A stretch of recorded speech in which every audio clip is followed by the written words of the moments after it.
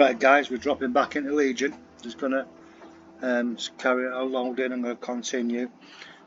I'm listening to the Illuminati CFR, Myron C. Fagan.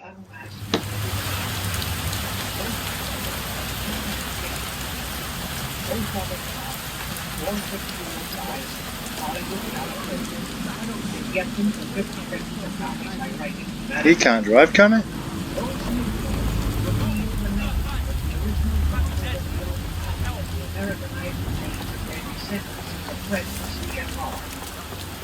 Now I go back to the activities of the original Illuminati conspiracy. As revealed in News Bulletin number 122, one branch of the Rothschild family had financed Napoleon.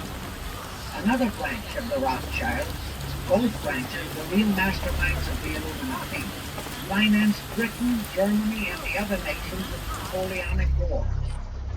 Immediately after the Napoleonic Wars, the Illuminati assumed that all the nations were so desperate and so weary of war that they'd be glad for any solution. So the Rothschild students set up what they called the Congress. There's enough of these, isn't there? And at that meeting, how many is there? Shit, how many is there? On the field are all the ground heads of European governments were so deeply indebted that they would willingly or unwillingly serve as their students. But the Tsar of Russia fought the stench of the Tsar and completely torpedoed. The enraged Nathan Rothschild, then the head of that dynasty, vowed that someday Rothschild. he or his descendants would destroy the Tsar and hello, old woman. And his descendants did accomplish that very threat in 1917. Auto drive now enabled. Bear in mind that the Illuminati was not set up Auto drive now disabled. Normally, if a spirit of any type enters into the conspiracy, Auto drive now enabled. of achieving his objective during his own lifetime. People who are interested in the Illuminati should be listening to this guy. You know, it's like with this situation, what's going on with the vaccines and COVID and all this kind of stuff. He explains all this, and it was done over 70 years ago. It's already pre-planned.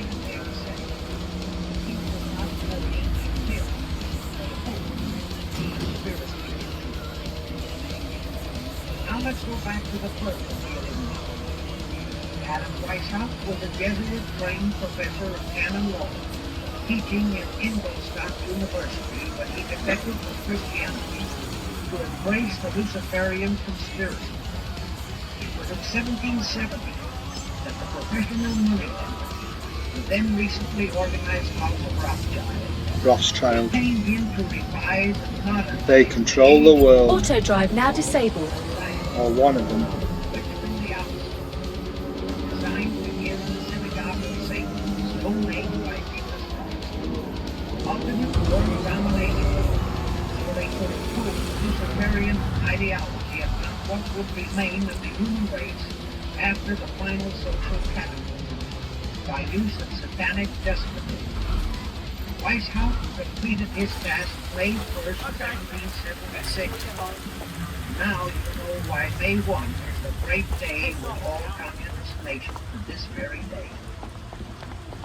That was the day, May 1, 1776, that Weishaupt completed his plan and officially organized the Illuminati to put the plan into execution.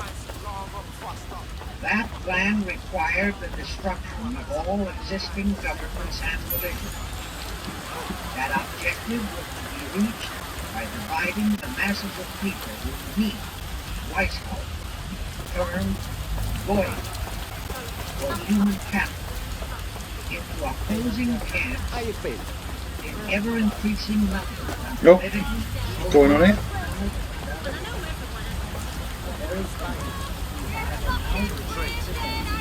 The opposing sides were then to be armed and instrumentalized, which would cause them to fight and weaken themselves.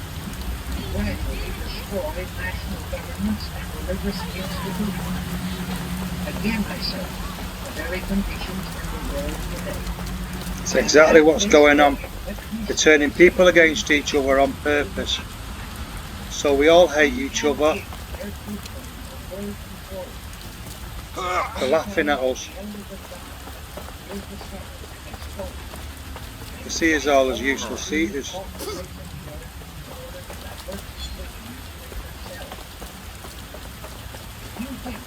This is far-fetched. Bear in mind that they permitted Hitler, a liberal socialist himself, who was financed by Trump, Kennedy, the Carters, and the Rockefellers, to incinerate 600,000 Jews. Now, just why did the conspirators choose the word Illuminati for their satanic organization? Weishaupt himself said that the word is derived from Lucifer, and means holders of the light, using the lie that his objective was to bring about a one-word government to enable those with mental ability to govern the world and prevent all wars in the future.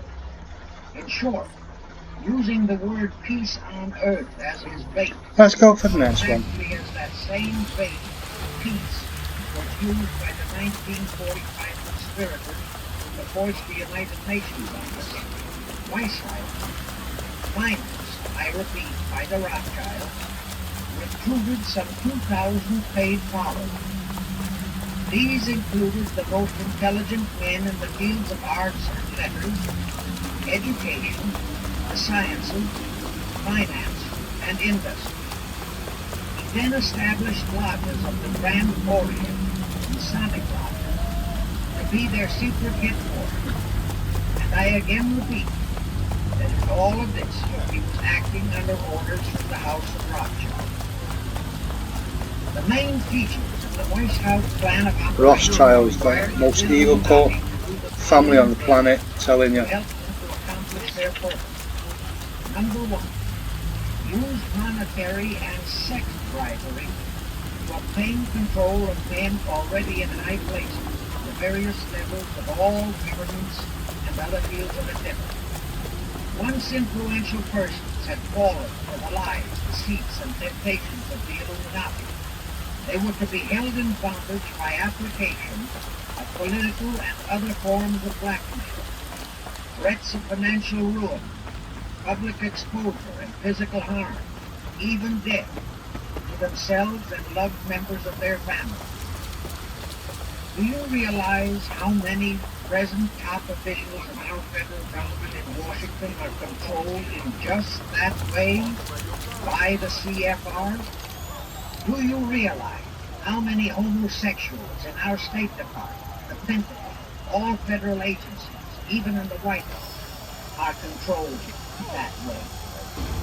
Number two, the Illuminati and the faculties of colleges and universities were to cultivate students possessing exceptional mental ability, belonging to well-bred families of international leaders, and recommend them for special training in internationalism.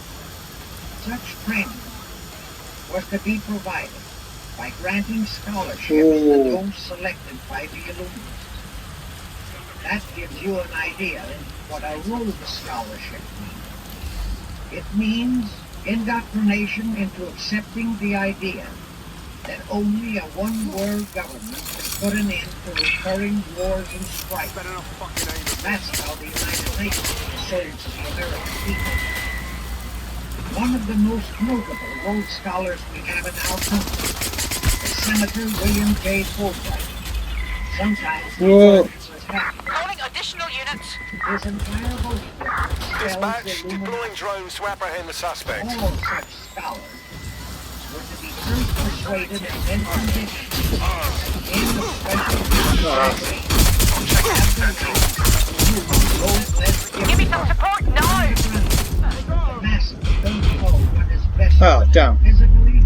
Didn't give me enough time to use the weapons.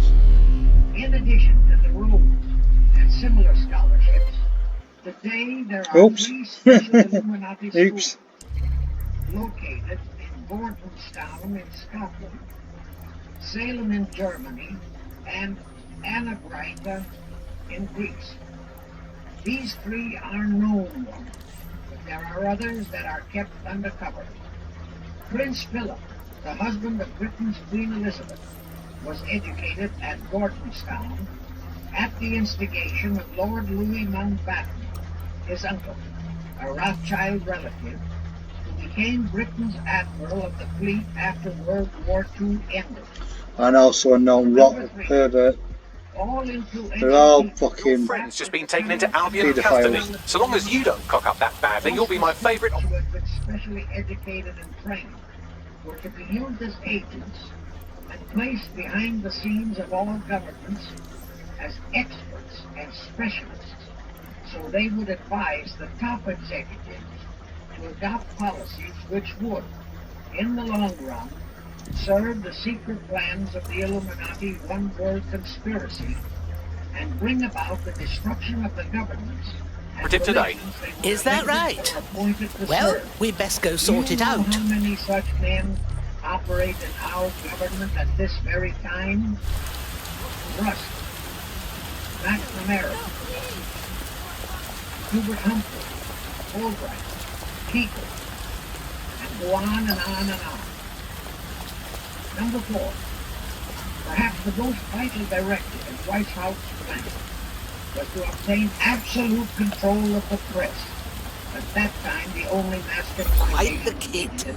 to distribute information to the public, so that all news and information could be slanted, so that the masses could be convinced that a one-world government is the only solution to our many and varied problems. Now do you know who owns and controls our mass communications media? I tell you, practically all the movie lots in Hollywood is owned by the Lehmans, Loeb and Company, Goldman Sachs, and other internationalist bankers. All the national radio and TV channels in the nation are owned and controlled by those same internationalist bankers. The same is true of every chain of metropolitan newspapers and magazines, also of the press wire services, such as Associated Press, United Press International, and etc. The supposed heads of all those media are merely the fronts for the internationalist backers, who in turn compose the hierarchy of the CFR, today's Illuminati in America. Now can you understand why the Pentagon's press agent Sylvester so brazenly proclaimed that the government has the right to lie to the people? What he really meant was that our CFR-controlled government had the power to lie to and be believed by the brainwashed American people. And let's again go back to the first days of the Illuminati.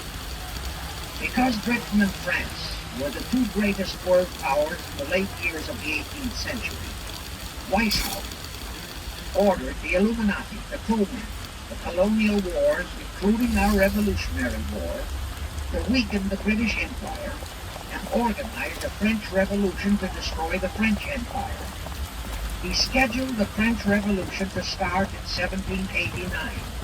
However, in 1784, a true act of God placed the Bavarian government in possession of evidence which proved the existence of the Illuminati, and that evidence could have saved France if they, the French government, hadn't refused to believe it. Here is how that act of God happened. It was in 1874 that Weishaupt issued his orders for the French Revolution. A German writer named Zwack put it into book form. It contained the entire Illuminati story and Weishaupt's plan. A copy of this book was sent to the Illuminists in France, headed by Robespierre, whom Weishaupt had delegated to foment the French Revolution. The courier was struck and killed by lightning as he rode through Raleston on his way from Frankfurt to Paris. The police found the subversive documents on his body and turned them over to the proper authorities. After careful study of the plot, the Bavarian government ordered the police to raid Weishaupt's newly organized lodges of the Grand Orient and the homes of his most influential associates. All of the additional evidence thus discovered convinced the authorities the documents were genuine copies of the conspiracy by which the Illuminati planned to use wars and revolutions to bring about the establishment of a one-world government, the powers of which they, headed by the Rothschilds, intended to usurp as soon as it was established. Exactly in line with the United Nations plot of today. In 1785, the Bavarian government outlawed the Illuminati and closed the lodges of the Grand Orient. In 1786, they published all the details of the conspiracy. The English title of that publication is The Original Writings of the Order and Sect of the Illuminati. Copies of the entire conspiracy were sent to all the heads of church and state in Europe. But the power of the Illuminati, which was actually the power of the Rothschilds, was so great that this warning was ignored. Nevertheless, Illuminati became a dirty word, and it went underground. At the same time, Weishaupt ordered Illuminists to infiltrate into the lodges of Freemasonry and form their own secret societies within all secret societies. Only Masons who proved themselves internationalists and those whose conduct proved they had defected from God were initiated into the Illuminati. Thenceforth, the conspirators donned the cloak of philanthropy and humanitarianism to conceal their revolutionary and subversive activities. In order to infiltrate into Masonic lodges in Britain, Weishaupt invited John Robeson over to Europe. Robeson was a high-degree Mason in the Scottish Rite. He was a professor of natural philosophy at Edinburgh University and secretary of the Royal Society of Edinburgh. Robeson did not fall for the lie that the objective of the Illuminati was to create a benevolent dictatorship, but he kept his reactions to himself so well that he was entrusted with a copy of Weishaupt's revised conspiracy for study and safekeeping. Anyway, because the heads of state and church in France were deluded into ignoring the warnings given them, a revolution broke out in 1789 as scheduled by Weishaupt. In order to alert other governments to their danger, in 1798 Robeson published a book entitled Proof of a Conspiracy to Destroy All Governments and Religions, but his warnings were ignored, exactly as our American people have been ignoring all warnings about the United Nations and the Council on Foreign Relations, the CFR. I know I saw him somewhere around here. Now here is something that will stun and very likely outrage many who hear this. But there is documentary proof that our own Thomas Jefferson and Alexander Hamilton became students of Weishaupt's. Jefferson was one of Weishaupt's strongest defenders when he was outlawed by his government. And it was Jefferson who infiltrated the Illuminati into the then newly organized lodges of the Scottish Rite in New England. Here is the proof. In 1789, John Robeson warned all Masonic leaders in America that the Illuminati had infiltrated into their lodges. And on July 19, 1789, David Caput, president of Harvard University, issued the same warning to the graduating class and lectured them on the influence Illuminism was acquiring on American politics and religion. And to top it off, John Quincy Adams, who had organized the New England Masonic Lodge, issued his warning. He wrote 3 letters to Colonel William L. Stone, the top Mason, in which he exposed how Jefferson was using Masonic lodges for subversive, illuministic purposes. Those 3 letters are at this very time in Wittenberg Square Library in Philadelphia, In short, Jefferson, founder of the Democratic Party, was a member of the Illuminati, which at least partly accounts for the condition of the party at this time. And through infiltrations of the Republican Party, we have exactly nothing of loyal Americanism today. That disastrous revolt at the Congress of Vienna, created by the Tsar of Russia, did not by any means destroy the Illuminati conspiracy. It merely forced them to adopt a new strategy. Realizing that the one-world idea was, for the moment, killed, the Rothschilds decided that to keep the plot alive, they had to do it by heightening their control of the money systems of the European nations. Earlier, by a ruse, the outcome of the Battle of Waterloo had been falsified. Rothschild had spread a story that Napoleon had won that battle. That had precipitated a terrific panic on the stock market in England.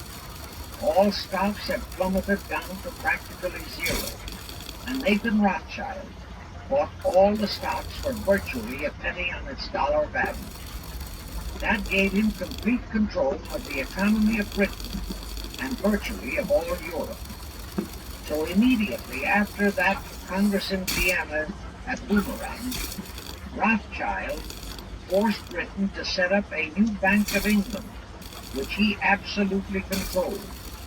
Exactly as later, through Jacob Schiff, he engineered our own Federal Reserve Act, which gave the House of Rothschild a secret control of the economy in the United States. But now for a moment, let's dwell on the activities of the Illuminati in the United States. In 1826, one Captain William Morgan decided it was his duty to inform all Masons and the general public what the full truth was regarding the Illuminati, their secret plans and intended objectives. Also reveal the identities of the masterminds of the conspiracy. The Illuminati promptly tried Morgan in absentia and convicted him of treason. They ordered one Richard Howard, an English illuminist, to carry out their sentence of execution as a traitor. Morgan was warned and he tried to escape to Canada. But Howard caught up with him near the border, near the Niagara Gorge, to be exact, where he murdered him. This was verified in a sworn statement made in New York by one Avery Allen to the effect that he heard Howard render his report of the execution to a meeting of Knights Templars in St. John's Hall, New York. He also told how arrangements had been made to ship Howard back to England. That Allen affidavit is on record in New York City archives. Very few Masons and very few of the general public know that general disapproval over that incident of murder caused approximately half of all the Masons in the northern jurisdiction of the United States to secede.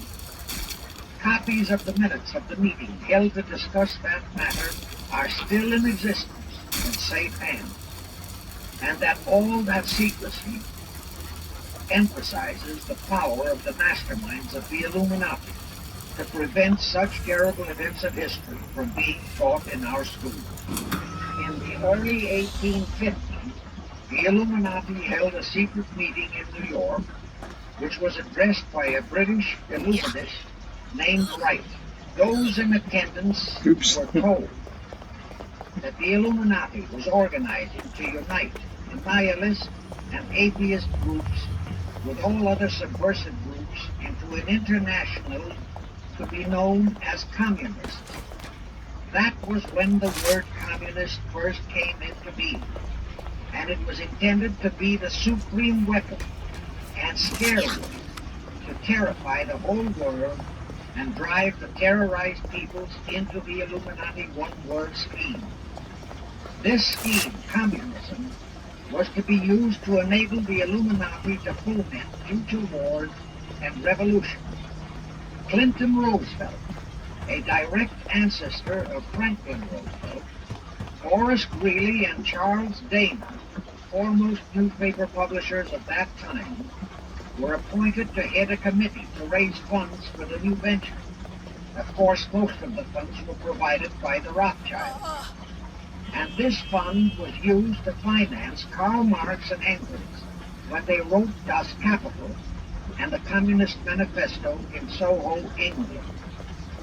And this clearly reveals that communism is not a so-called ideology, but a secret weapon, a boogeyman word to serve the purpose of the Illuminati. Weishaupt died in 1830, but prior to his death he prepared a revised version of the age-old conspiracy, the Illuminati, which under various aliases was to organize, finance, direct, and control all international organizations and groups by working their agents into executive positions at the top. In the United States, we have Woodrow Wilson, Franklin Roosevelt, Jack Kennedy, Johnson, Rusk, McNamara, Fulbright, etc. as prime examples. In addition, while Karl Marx was writing the Communist Manifesto under the direction of one group of Illuminists, Professor Karl Ritter of Frankfurt University was writing the antithesis under direction of another group. The idea was that those who direct the overall conspiracy could use the differences of those two so-called ideologies to enable them to divide larger and larger members of the human race into opposing camps, so that they could be armed and then brainwashed into fighting and destroying each other, and particularly to destroy all political and religious institutions. The work Ritter started was continued after his death and completed by the German so-called philosopher Friedrich Wilhelm Nietzsche, who founded Nietzscheism. This Nietzscheism was later developed into fascism and then into Nazism, and was used to foment World Wars I and II. In 1834, the Italian revolutionary leader Giuseppe Mazzini was selected by the Illuminati to direct their revolutionary program throughout the world. He served in that capacity until he died in 1872. Auto drive now Some years enabled. before he died, Mazzini had enticed an American general named Albert Pike into the Illuminati. Pike was fascinated by the idea of a one-world government, and ultimately he became the head of this Luciferian conspiracy. Between 1859 and 1871, he, Pike, worked out a military blueprint for 3 world wars and various revolutions throughout the world, which he considered would forward the conspiracy to the final stage in the 20th century. Again, I Auto drive remind now that the disabled. conspirators were never concerned with immediate success. They always operated on a long-range view. Pike did most of his work in his home in Little Rock, Arkansas. But a few years later, when the Illuminati's fathers of the Grand Orient became suspect and repudiated because of Mazzini's revolutionary activities in Europe, Pike organized what he called the New and Reformed Palladian Rite. He set up 3 Supreme Councils, one in Charleston, South Carolina, one in Rome, Italy, and the 3rd in Berlin, Germany. He had Mazzini establish 23 subordinate councils in strategic locations throughout the world. These have been the secret headquarters of the world revolutionary movement ever since. Long before Marconi invented radio, the scientists in the Illuminati had found the means for Pike and the heads of his councils to communicate secretly. It was the discovery of that secret that enabled intelligence officers to understand how apparently unrelated incidents, one such as the assassination of an Austrian prince at Sarajevo, took place simultaneously throughout the world, which developed into a war or a revolution. Pike's plan was as simple as it is proven. It called for communism, Nazism, political Zionism, and other international movements be organized and used to foment, 3 global world wars, and at least 2 major revolutions. The First World War was to be fought so as to enable the Illuminati to destroy Tsarism in Russia, as vowed by Rothschild after the Tsar had torpedoed his scheme at the Congress in Vienna, and to transform Russia into a stronghold of atheistic communism. The differences stirred up by agents of the Illuminati between the British and German empires were to be used to foment this war.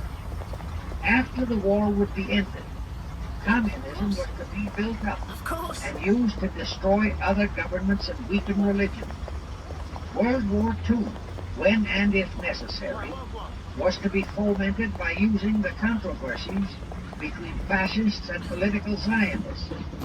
And here let it be noted that Hitler was financed by Krupp, the Warburg, the Rothschild, and other internationalist bankers, and that the slaughter of the supposed 600,000 Jews by Hitler didn't bother the Jewish internationalist bankers at all. That slaughter was necessary in order to create worldwide hatred of the German people and thus bring about the war against them. Oops. In short, this Second World War was to be fought to destroy Nazism and to increase the power of political Zionism so that the State of Israel could be established in Palestine. During this World War II, international communism was That was good. until it equaled its strength that of United Christendom. When it reached that point, it was to be contained and kept in check until required for the final social capitalism. Just As we know now, Roosevelt, Churchill, and Stalin put that exact policy into effect, and Truman, Eisenhower, Kennedy, and Johnson continued that same exact policy. World War III is to be fomented by using the so-called controversy, the agents of the Illuminati, operating under whatever new name, are now stirring up between the political Zionists and the leaders of the Muslim world. That war is to be directed in such a manner that all of Islam and political Zionism, Israel, will destroy each other, while at the same time, the remaining nations, once more divided on this issue, will be forced to fight themselves into a state of complete exhaustion, physically, mentally, spiritually, and economically. Now, can any thinking person doubt that the intrigue now going on in the Near, Middle, and Far East is designed to accomplish that satanic objective? Pike himself foretold all this in a statement he made to Mazzini on August 15, 1871. Pike stated that after World War III is ended, those who will inspire That's quite useful. undisputed world domination will provoke the greatest social cataclysm the world has ever known. Quoting his own words, taken from the letter he wrote to Mazzini, and which letter is now catalogued in the British Museum in London, England, he said, "We shall unleash the nihilists and the atheists, and we shall provoke a great social cataclysm which in all its horror will show clearly to all nations the effect of absolute atheism, the origin of savagery, and of most bloody turmoil.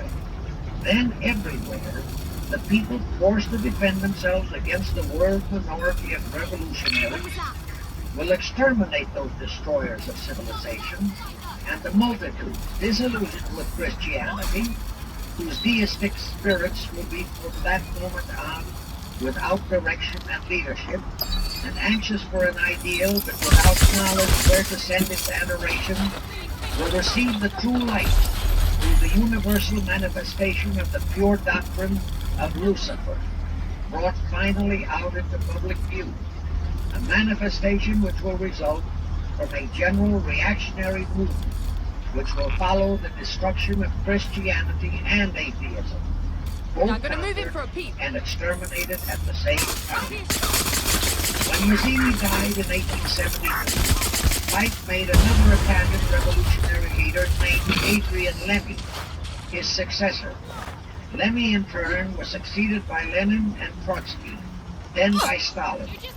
The revolutionary activities of all those men were financed by British, French, German, and American international bankers, all of them dominated by the House of Rothschild. We are supposed to believe that the international bankers of today, like the money changers of Christ's day, are only the tools or agents of the great conspiracy.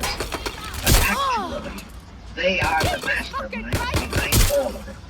While the general public has been brainwashed by all the mass communications media into believing communism is a movement of the so-called workers, the actual fact is that British and American intelligence officers have authentic documentary evidence that international liberals operating through their international banking houses, particularly the House of Rothschild, have financed both sides in every war and revolution since 1776.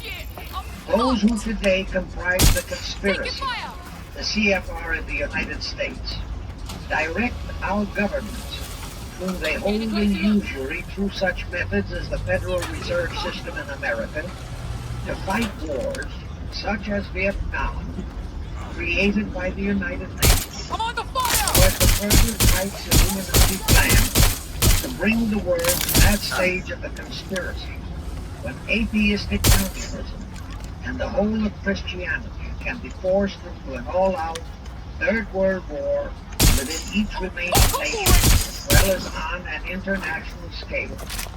The headquarters of the Great Conspiracy in the late 1700s was in Frankfurt, Germany, where the House of Rothschild had been established by Mayor Hello. Not answering calls anymore. Don't change nothing. Don't change the fact that it's getting to be that time, innit? I've been more than patient, more than understanding in this little matter, I think. If you feel like you won't be needing our services anymore, I'm more than happy to tell Miss Kelly you're off our list. Can't promise what won't happen to you, though. Lots of dangers out there in that dark, cold night. Your choice, though. If you change your mind, you know where to find us. Late fees do apply. Can't leave me waiting forever, can you? Have taken over the manipulation of finances in America for the Illuminati. In the final phases of the conspiracy, the one-world government will consist of the King Dictator, head of the United Nations, the CFR, and a few billionaires, economists, and scientists who have proved their devotion to the Great Conspiracy. All others are to be integrated into a vast conglomeration of mongrelized humanity, actually slaves. Now let me show you how our federal government and the American people have been sucked into the one-world takeover plot of the Illuminati Great Conspiracy. And always bear in mind that the United Nations was created to become the housing for that one-world so-called liberal conspiracy. The real foundations of the plot for the takeover of the United States were laid during the period of our Civil War. Not that Weishaupt and the earlier masterminds had ever overlooked the New World. As I have previously indicated, Weishaupt had his agents planted over here as far back as the Revolutionary War. But George Washington was more than a match for them. It was during the Civil War that the conspirators launched their first concrete efforts. We know that Judah Benjamin, chief advisor of Jefferson Davis, was a Rothschild agent. We also know that there were Rothschild agents planted in Abraham Lincoln's cabinet who tried to sell him into a financial dealing with the House of Rothschild. But old age saw through the scheme and bluntly rejected it, thereby incurring the undying enmity of the Rothschilds, exactly as the Russian Tsar did when he torpedoed their first League of Nations at the Congress in Vienna. Investigation of the assassination of Lincoln revealed that the assassin, Booth, was a member of a secret conspiratorial group. Because there were a number of highly important government officials involved, The name of the group was never revealed, and it became a mystery, exactly as the assassination of Jack Kennedy still is a mystery. But I am sure it will not for long remain a mystery. Anyway, the ending of the Civil War destroyed, temporarily, all chances of the House of Rothschild to get a clutch on our money system, such as they had acquired in Britain and other nations in Europe. I say temporarily because the Rothschilds and the masterminds of the conspiracy never quit. So they had to start from scratch, but they lost no time in getting started. Shortly after the Civil War, a young immigrant who called himself Jacob H. Schiff arrived in New York. Jacob was a young man with a mission for the House of Rothschild. Jacob was the son of a rabbi, born in one of Rothschild's houses in Frankfurt, Germany. I won't go deeply into his background. The important point is that Rothschild recognized in him not only a potential money wizard, but more important, he also saw the latent Machiavellian qualities in Jacob that could, as it did, make him an invaluable functionary in the great one-world conspiracy. After a comparatively brief training period in the Rothschilds' London bank, Jacob left for America with instructions to buy into a banking house, which was to be the springboard to acquire control of the money system of the United States. Actually, Jacob came here to carry out 4 specific assignments. Number 1, and most important, was to acquire control of America's money system. Number 2, find desirable men whom, for a price, would be willing to serve as stooges for the great conspiracy and promote them into high places in our federal government, our Congress, and the U.S. Supreme Court, and all federal agencies. Number 3, create minority groups' rights throughout the nation, particularly between whites and blacks. Number 4, create a movement to destroy religion in the United States, but Christianity to be the chief target. Earlier, I stated that Jacob Schiff came to America with orders by Rothschild to carry out 4 specific directives. The first and most important one was to get control of the United States money system. Let's trace Schiff's step to accomplish that directive. As a first step, he had to buy into a banking house. But it had to be the kind of a house that he could absolutely control and mold for that primary objective of entrapping our U.S. money system. Sure in the house. After carefully scouting around, Jacob bought a partnership in a firm that called itself Kcin and Loeb. Like Schiff, Kcin and Loeb were immigrants from German Jewish ghettos. They came to the United States in the mid-1840s. Both started their business careers as itinerant pack peddlers. In the early 1850s, they pooled their interests and set up a merchandising store in Lafayette, Indiana, under the firm name of Kcin and Loeb, servicing the covered wagon settlers on their way west. Flipping it, dear. In the years that followed, they set up similar stores in Cincinnati and St. Louis. Then they added pawnbroking to their merchandising pursuits. From that to money lending was a short and quick step. By the time Schiff arrived on the scene, Kcin and Loeb was a well-known private banking firm, and this is the firm Jacob bought into. Shortly after he became a partner in Kcin and Loeb, Schiff married Loeb's daughter, Teresa. Then he bought out Kcin's interests and moved the firm to New York, and Kcin and Loeb became Kcin, Loeb and Company, international bankers, with Jacob Schiff, agent of the Rothschilds, ostensibly the sole owner. And throughout his career, this blend of Judas and Machiavelli, the first hierarch of the Illuminati, great conspiracy in America, posed as a generous philanthropist and a man of great holiness, the cover-up policy set forth by the Illuminati. As I have stated, the first great step of the conspiracy was to be the entrapment of our money system. To achieve that objective, Schiff had to get full cooperation of the then big banker elements in America. And that was easier said than done. Even in those years, Wall Street was the heart of the American money market, and J.P. Morgan was its dictator. Next in line were the Drexels and the Biddles in Philadelphia. All the other financiers, big and little, danced to the music of those three houses, but particularly to that of Morgan. All of those three were proud, haughty, arrogant potentates. For the first few years, they viewed the little bewhiskered man from the German ghettos with utter contempt. But Jacob knew how to overcome that. He threw a few Rothschild bones to them.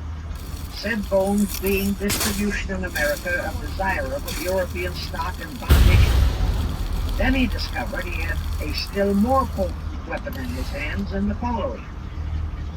It was in the decades following our Civil War that our industries began to burgeon. We had great railroads to build. The oil, mining, steel, textile industries were bursting out of their swaddling clothes. All that called for vast financing. Much of that financing had to come from abroad.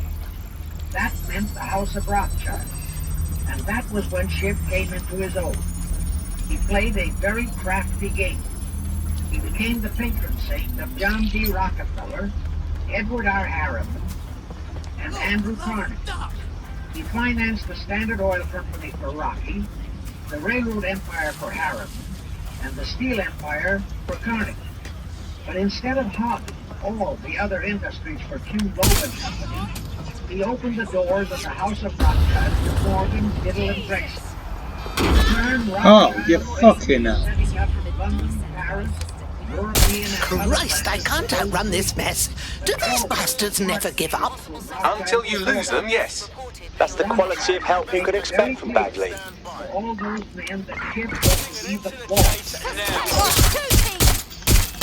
Thus, at the turn of the century, Schiff had a tight control of the entire banking fraternity on Wall Street, which by then was Schiff through the same Negative. No sign of the target yet.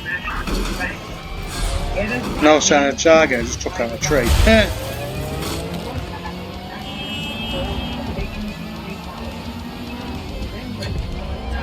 Return to HQ.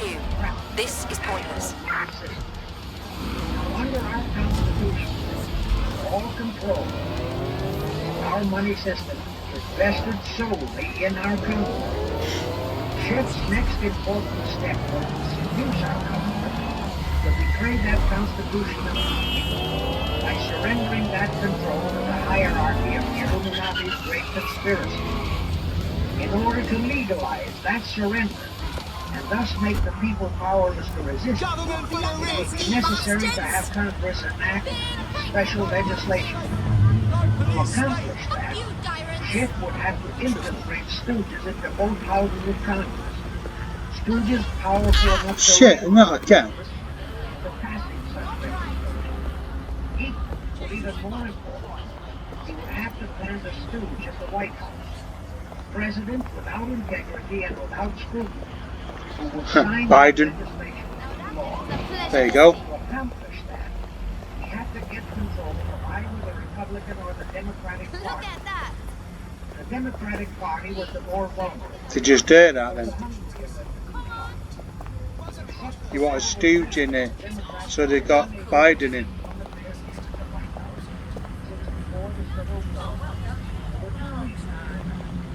Number one, poverty of the party. Number two, there were considerably more Republican-minded voters than Democrats. The poverty matter was not a great problem, but the voter problem was a different story. But as I previously said, Schiff was a smart cookie. Here is the atrocious and murderous method he employed to solve that voter problem. His solution emphasizes how very little the Jewish internationalist bankers care about their own racial brethren, as you shall see. Suddenly, around 1890, there broke out a nationwide series of pogroms in Russia. Many thousands of innocent Jews, men, women, and children were slaughtered by the Cossacks and other peasants. Similar pogroms with similar slaughter of innocent Jews broke out in Poland, Romania, and Bulgaria. All those pogroms were fomented by Rothschild agents. As a result, Jewish terrified refugees from all those nations swarmed into the United States. And that continued throughout the next 2 or 3 decades. Because the pogroms were continued through all those years. All those refugees were aided by self-styled humanitarian committees set up by Schiff, the Rothschilds, and all the Rothschild affiliates.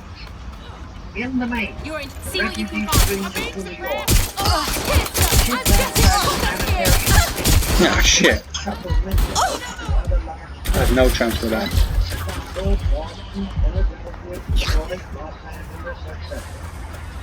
All of them were quickly transformed into naturalized citizens. I had no chance with that. Thus, all of that so-called minority group became solid, democratic voter blocks in their communities, all controlled and maneuvered by the so-called benefits. Straight away.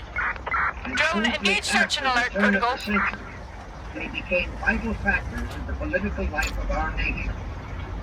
That was one of the methods Schiff employed to plant men like Nelson Aldrich in our Senate and Woodrow Wilson in the White House.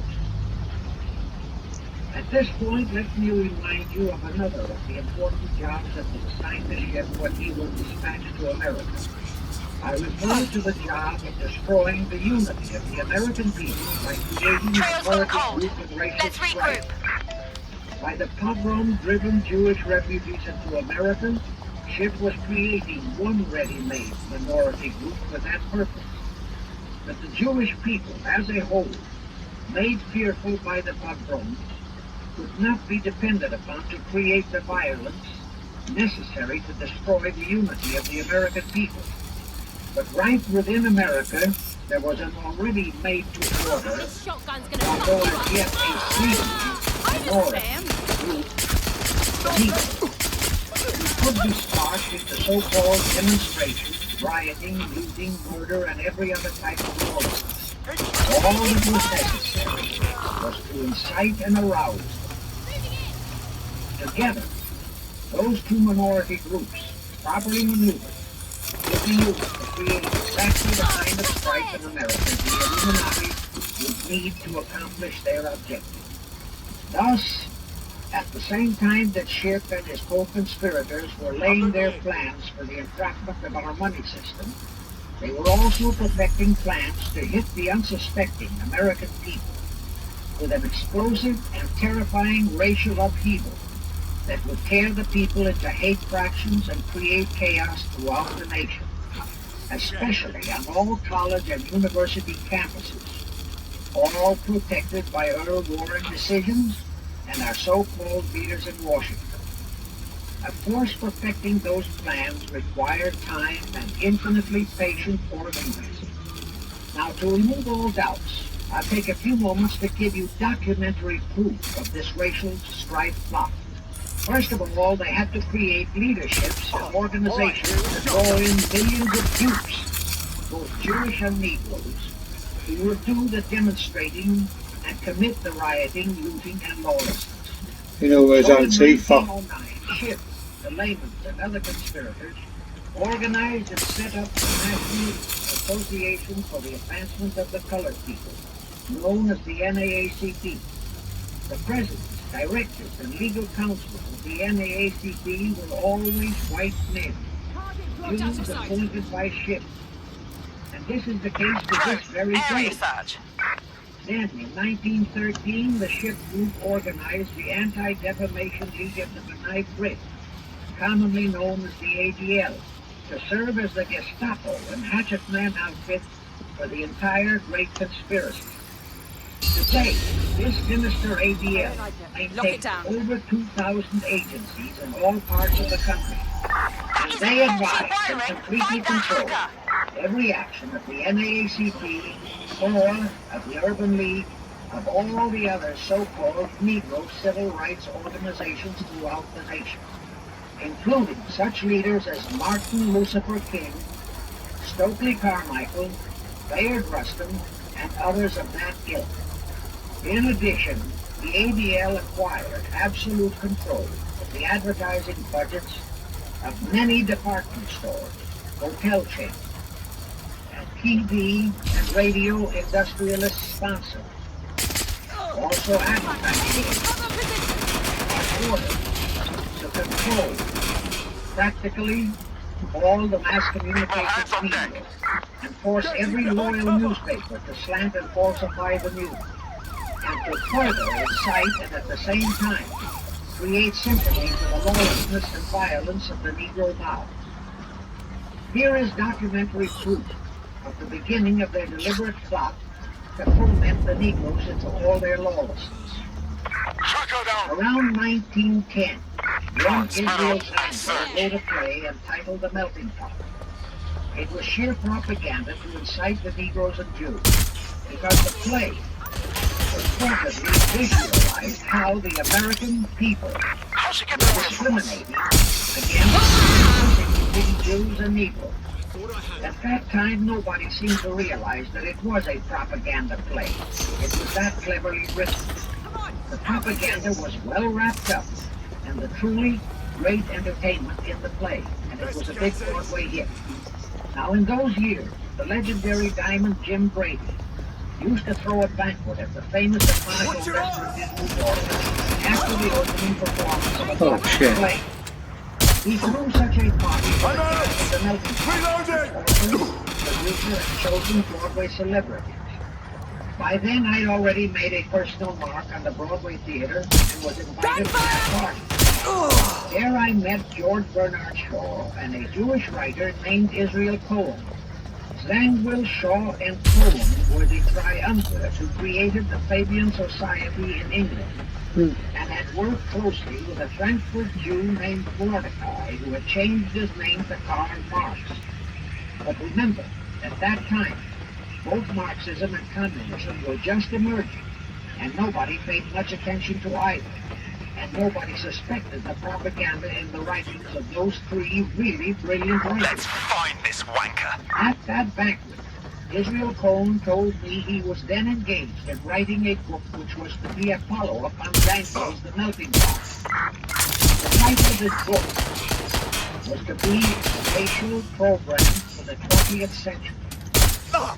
At that time, I was completely absorbed by my work as a playwright, and significant as that title was, its real objective never dawned on me, nor was I interested in reading the book. But it suddenly hit me with the force of a hydrogen bomb when I received a newspaper clipping of an item published by the Washington, D.C. Evening Star in May 1957. That item was a verbatim reprint of the following excerpt in Israel Cohen's book, A Racial Program for the 20th Century. And it reads, as I quote, "We must realize that our party's most powerful weapon is racial tension. By propounding into the consciousness of the dark races that for centuries they have been oppressed by the whites, we can mold them to the program of the Communist Party. In America, we will aim for subtle victories. While inflaming the Negro minority against the whites, we will instill in the whites a guilt complex for their exploitation of the Negroes.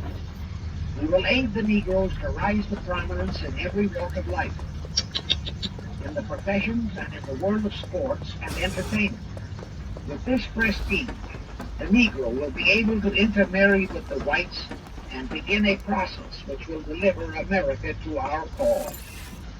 That same excerpt was entered into the congressional record of June 7, 1957 by Representative Thomas G. Abernathy. Thus the authenticity of that passage in Cohen's book was fully established. But the one question that remained in my mind was whether it represented the official policy or plot of the Communist Party, or just a personal expression of Cohen himself. Hence I sought more proof, and I found it. In an official pamphlet published in 1935 by the New York Communist Party's official Workers' Library Publishing. That pamphlet was entitled The Negroes in the Soviet America. It urged the Negroes to rise up, form a Soviet state in the South, and apply for admission to the Soviet Union. It contained a firm pledge that the revolt would be supported by all American Reds and all so-called liberals. On page 38, it promised that a Soviet government would confer greater benefits to Negroes than to whites. And again, this official communist pamphlet pledged that, I quote, any act of discrimination or prejudice against a Negro will become a crime under the revolutionary law, unquote. That statement proved that the excerpt in Israel Cohen's book, published in 1913, was an official edict of the Communist Party and directly in line with the Illuminati blueprint for world revolution issued by Weishaupt and later by Albert Pike. Now there's only one question, and that is to prove that the communist regime is directly controlled by the American Jacob Schiff and London Rothschild masterminds of the Great Conspiracy. A little later, I will provide that proof that will remove even a remote doubt that the Communist Party, as we know it, was created by those masterminds, capitalists if you will note, that Schiff, the Warburg, and the Rothschilds planned and financed the entire Russian Revolution, also the murder of the Tsar and his family, and that Lenin, Trotsky, and Stalin took their orders directly from Schiff and the other capitalists whom they supposedly are And fighting. that's more decency than Now you'd show can you see me. why the vile Earl Warren and his equally vile co-Supreme Court justices issued that infamous and treasonous desegregation decision in 1954? It was to aid and abet the plot of the Illuminati conspirators to create tension and strife between Negroes and whites. Can you see why the same Earl Warren issued his decision prohibiting Christian prayers and Christmas carols in our schools? It was done to destroy Christianity. Can you see why Eisenhower, despite all the rigid constitutional prohibitions, sent federal troops into a southern state to enforce the desegregation decision? Why Kennedy did likewise? And can you see why Johnson and 66 senators, despite the protests of 90% of the American people, voted for the Consular Treaty, which opens our entire country to Russian spies and saboteurs? All those 66 senators are 20th century Benedict Arnolds. It is up to you and you, all of the American people, to force Congress, our elected servants, to haul in those American traitors for impeachments, and that when proven guilty, they all be given the punishment prescribed for traitors who aid and abet our enemies. Executed. And that includes the forcing of rigid investigations by Congress of the CFR and all their fronts, such as the ADL, the NAACP, SNCC, and such Illuminati tools as Martin Lucifer King. Such investigations will completely unmask all the leaders in Washington and the Illuminati and all their affiliations and affiliates as traitors carrying out the Illuminati plot.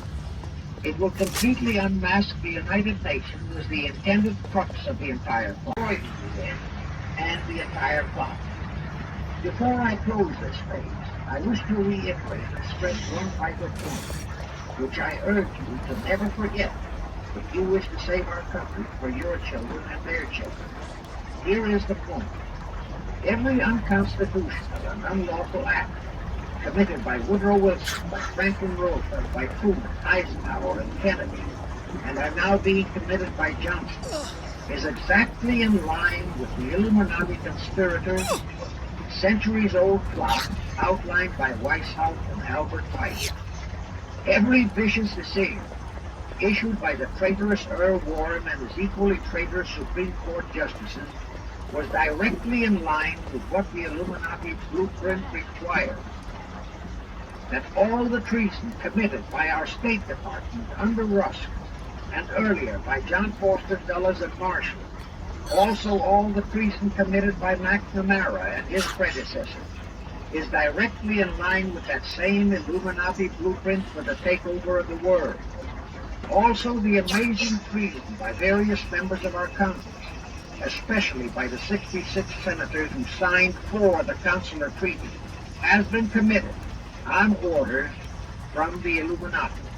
Now I will go back to Jacob Schiff's and practice of our money system and the treasonous actions that followed. It will also reveal the Schiff Rothschild control of not only Karl Marx, but of Lenin, Trotsky, and Stalin, who created the revolution in Russia and set up the Communist Party. It was in 1908 that Schiff decided the time had come for his seizure of our money system. His chief lieutenants in that seizure were Colonel Edward Mandel House, whose entire career was that of chief executive and courier for Schiff, as I shall show, Bernard Baruch, and Herbert Lehman. In the fall of that year, they assembled in secret conclave at the Jekyll Island Hunt Club, owned by J.P. Morgan at Jekyll Island, Georgia.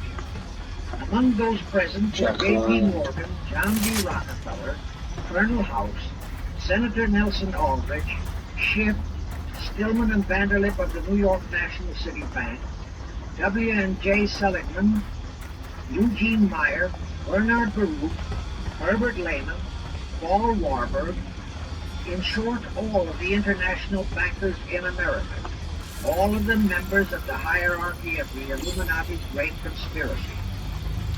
A week later, they emerged with what they called the Federal Reserve System. Senator Aldrich was the stooge who was to railroad it through Congress. But they held that railroading in abeyance for one chief reason. They would first have to plant their man, an obedient stooge, in the White House to sign the Federal Reserve Act into law. They knew that even if the Senate would pass that act unanimously, the then newly elected President Taft would promptly veto it. So they waited. Jesus. In 1912, It's quite fast that fight. Woodrow Wilson was elected to the presidency. Well, you didn't get James Bond. Was inaugurated.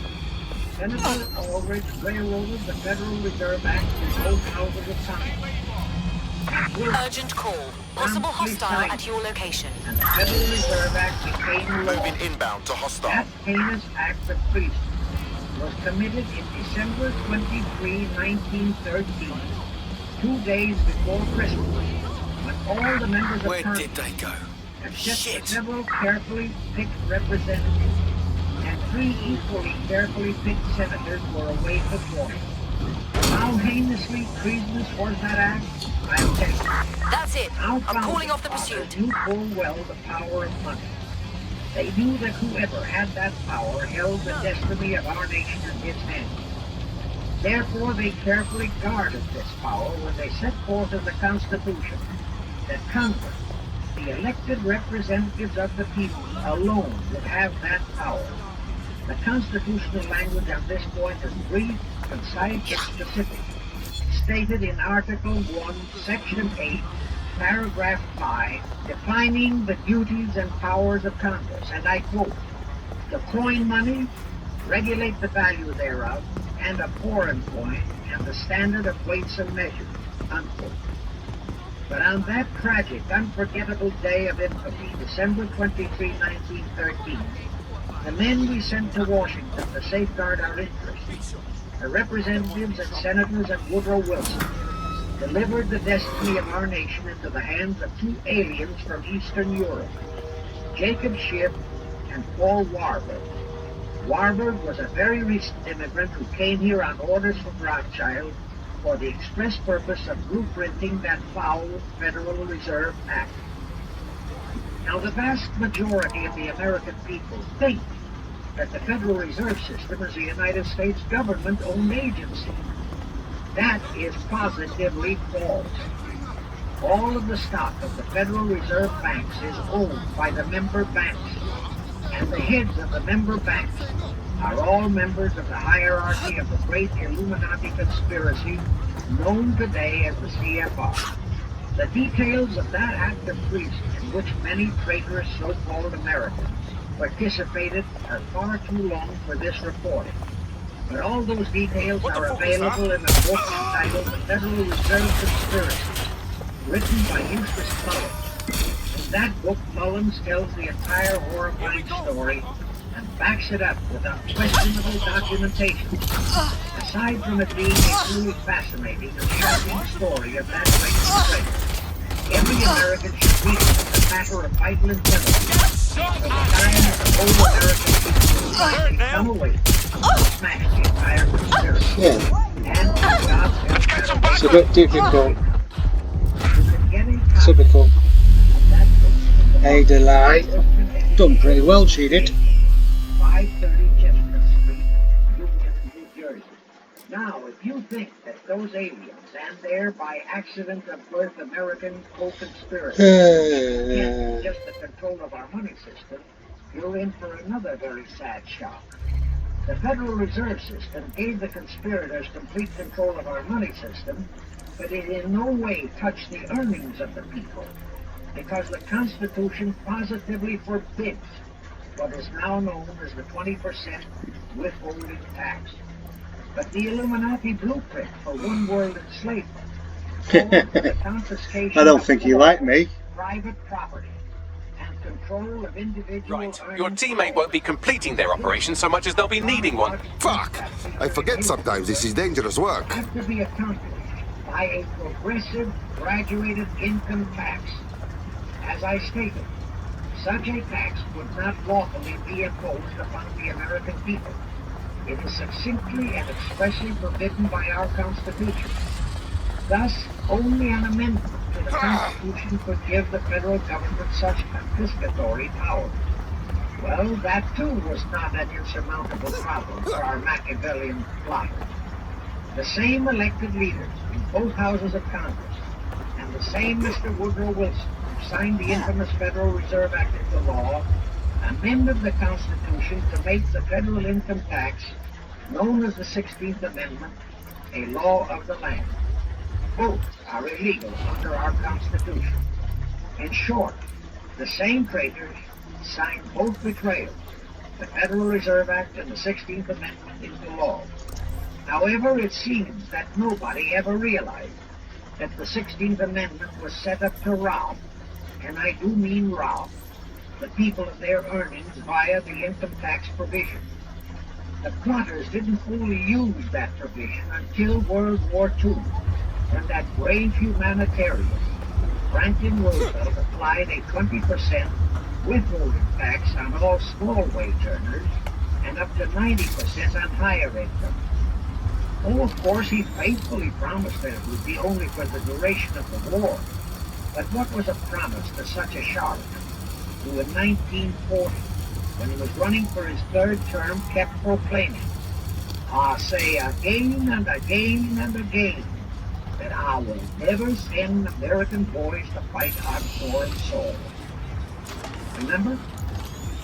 He was proclaiming that even as he was already preparing to plunge us into World War II by enticing the Japanese into that sneak attack on Pearl Harbor to furnish him with his excuse. And before I forget, let me remind you that another charlatan named Woodrow Wilson used exactly that same campaign slogan in 1916. His slogan was, "Re-elect the man who will keep your sons out of the war." Exactly the same formula, exactly the same promises. But wait, as Al Jolson used to say, you ain't heard nothing yet. That 16th Amendment income tax trap was intended to confiscate, rob, the earnings only of the common herd, you and me. It was not intended to even touch the huge incomes of the Illuminati gang, the Rockefellers, the Carnegies, the Lamans, and all the other conspirators. So together with that 16th Amendment, they created what they call the tax-free foundation. That would enable the conspirators to transform their huge wealth into such so-called foundations and avoid payment of virtually all income taxes. The excuse for it was that the earnings of those tax-free foundations would be devoted to humanitarian philanthropy. So we now have the several Rockefeller Foundations, the Carnegie Endowment Fund, the Ford Foundation, the Mellon Foundation, and hundreds of similar tax-free foundations. And what kind of philanthropy do these foundations support? I'm taking some heat off Well, you, they man. finance all the civil rights movements that are creating all the chaos and rioting all over the country. They finance the Martin Lucifer Kings. The Ford Foundation finances the Center for the Study of Democratic Institutions in Santa Barbara, commonly referred to as Moscow West, and which is headed by Wonderboy Hutchins, Walter Luther, Irwin Cannon, and others of that ilk. In short, the tax-free foundation finance those who are doing the job of the Illuminati Great Conspiracy. And what are the hundreds of billions of dollars they confiscate every year from the earnings of the common herd you and me use for? Well, for one thing, there's the foreign aid gimmick. Well, that's Which gave humiliating. billions to communist Search people, over. plus gifts of hundreds of jet planes, many of which were turned over to Castro, plus the costs of training communist pilots so that they can the better shoot down our planes, billions to Red Poland, billions to India, billions to Sukarno, billions to other enemies of the United States. That's what that ruthlessly railroaded 16th Amendment has done to our nation, to the American people, to you and to me, to your children and their children. Our CFR Illuminati-controlled federal government can grant tax-free status to all foundations and pro-red one-word outfits, such as the Fund for the Republic. But if you, or a patriotic pro-organization, is too outspokenly pro-American, they can terrify and intimidate you by finding a misplaced comma in your income tax report and by threatening you with penalties, fines, and even prison. Future historians will wonder how the American people could have been so naive and stupid as to have permitted such audaciously brazen acts of treason as the Federal Reserve Act and the 16th Amendment. Well, they were not naive and they were not stupid. The answer is they trusted the men they elected to safeguard our country and our people. And they just didn't have even an inkling about either betrayal until after each one had been accomplished. It was the Illuminati-controlled mass communications media that kept and is keeping our people naive and stupid and unaware of the treason being committed. Now the great question is, when will the people wake up and do to our traitors of today what George Washington and our founding fathers would have done to Benedict Arnold? Actually, Benedict Arnold was a petty traitor compared to our present traitors in Washington. Now let's go back to the events that followed the rape of our Constitution by the passage of the Federal Reserve Act of the 16th Amendment. With Wilson completely under their control, the masterminds of the Great Conspiracy put in motion their next and what they hope will be their final steps to achieve their one-world government. The first of those steps was to be World War I. Why war? Simple. The only excuse for a one-world government is that it will supposedly ensure peace. The only thing that can make people cry for peace is war. War brings chaos, destruction, exhaustion, to winner as well as to loser. It brings economic ruin to both. Most important, it destroys the flower of the young manhood of both. To the saddened and heartbroken oldsters, the mothers and fathers, who are left with nothing but memories of their beloved son, peace becomes worth any price. And that is the emotion upon which the conspirators depend for the success of their satanic plot. Throughout the 19th century, from 1814 to 1914, the world as a whole was at peace. Such wars as the Franco-Prussian, our own Civil War, the Russo-Japanese War, were what might be termed local disturbances that did not affect the rest of the world. All the great nations were prosperous. the people staunchly nationalistic and fiercely proud of their sovereignty. It was utterly unthinkable that the French and the German peoples would be willing to live under a one-world government, or the Turks and the Russians, or the Chinese and the Japanese. Even more unthinkable that a Kaiser Wilhelm, or a Franz Joseph, or a Tsar Nicholas, or anyone would willingly and meekly surrender his throne to a one-world government. But bear in mind that the people of all nations are the real power, and only one thing, war, would make the peoples yearn and clamor for a peace-ensuring one-world government. But it would have to be a frightful and horribly devastating war. It could not be just a local disturbing war between just two nations. It would have to be a world war. No major nation must be left untouched by the horrors and devastation of such a war. The cry for peace must be made universal.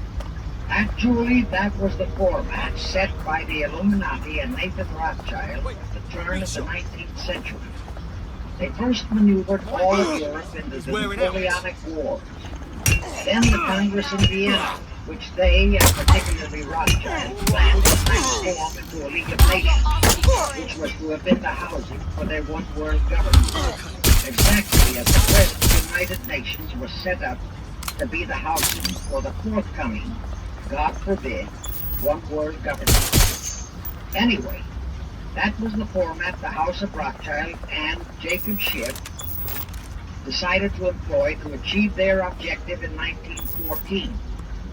Of course, they knew that that same format had failed in 1814, but they theorized that was only because the Tsar of Russia had torpedoed that scheme. Well, the present 1914 conspirators would eliminate that 1814 fly in the ointment. They'd make sure that after the New World War, they were conspiring there'd be no Tsar of Russia around to throw monkey wrenches into the machinery. I will go into how they accomplished this first step. History records that World War I was precipitated by a trivial incident, the kind of incident both myself and Albert Pike had incorporated in their blueprints. That incident was the assassination of an Austrian archduke, arranged by the Illuminati master. The war followed. It involved Germany, Austria-Hungary, and their allies, so-called the Axis powers, against France, Britain, and Russia, called the Allies. Only the United States was not involved during the first two. By 1917, the conspirators had achieved their primary objective. All of Europe was in a state of destitution. All the peoples were war-weary and crying for peace. And the outcome, too, was all set. It was to come as soon as the United States would be hurled in on the side of the Allies. And that was all set to happen. They're actually smaller, bigger than that. The size of the letterboxes are wrong. Complete victory for the Allies. To fully confirm my statement that long before 1917, the conspiracy headed in America by Jacob Schiff had it all set to hurl the United States into that war, I will cite the proof. When Wilson was campaigning for re-election in 1916, his chief appeal was, re-elect the man who will keep your sons out of the war. But during that same campaign, the Republican Party publicly charged that Wilson had long committed himself to throw us into the war. They charged that if he would be defeated, he would accomplish that act during his few remaining months in office. But if re-elected, he would hold off until after re-election. But at that time, the American people looked upon Wilson as a god-man. Well, Wilson was re-elected, and as per the schedule of the conspirators, he hurled us into the war in 1917. He used the sinking of the Lusitania as an excuse, a sinking which also was prearranged. Roosevelt, also a god-man in the eyes of the American people, followed the same technique in 1941, when he used the prearranged Pearl Harbor attack as his excuse for hurling us into World War II. Now, exactly as the conspirators planned, victory for the Allies would eliminate all the monarchs of the defeated nations. and leave all their peoples leaderless, confused, bewildered, and perfectly conditioned for the one-world government of great conspiracy. But there still would be an obstacle, the same obstacle that had forced the Illuminati and Rothschild at that Congress in Vienna peace after the Napoleonic War. Russia would be on the winning side this time, in 1814. Here it is pertinent to note that Russia, under the direst regime, has been the one country in which the Illuminati has never made any effort, nor had the Rothschilds ever been able to infiltrate their banking interests. Thus, a winning Tsar would be more difficult than ever to cope with. Even if he could be enticed into a so-called League of Nations, it was a foregone conclusion that he would never, but never, go for a one-world government. So even before the outbreak of World War I, the conspirators had a plan in the making to carry out Nathan Rothschild's vow of 1814 to destroy the Tsar and also murder all possible royal heirs to the throne. And it would have to be done before the close of the war, and the Russian Bolsheviki were to be their instruments in this particular plot. From the turn of the century, the chiefs of the Bolsheviki were Nikolai Lenin, Leon Trotsky, and later Joseph Stalin. Of course, those were not their true family names. Prior to the outbreak of the war, Lenin headquartered in Paris. After the outbreak, Switzerland became his haven. Trotsky's headquarters were on the Lower East Side of New York, largely the habitat of Russian Jewish refugees. Both Lenin and Trotsky were similarly bewhiskered and unkempt. In those days, that was the badge of Bolshevism. Both lived well, yet neither had a regular occupation. Neither had any visible means of support, yet both always had plenty of money. All those mysteries were solved in 1917. Right from the outset of the war, strange and mysterious goings-on were taking place in New York. Night after night, Trotsky darted furtively in and out of Jacob Schiff's palatial mansion. And in the dead of those same nights, there were gatherings of hoodlums of New York's Lower East Side, all of them Russian refugees, at Trotsky's headquarters, and all were going through some mysterious sort of training process that was all shrouded in mystery. Nobody talked, although it did leak out that Schiff was financing all of Trotsky's activities. Then suddenly Trotsky vanished. So did approximately 300 of his trained hoodlums.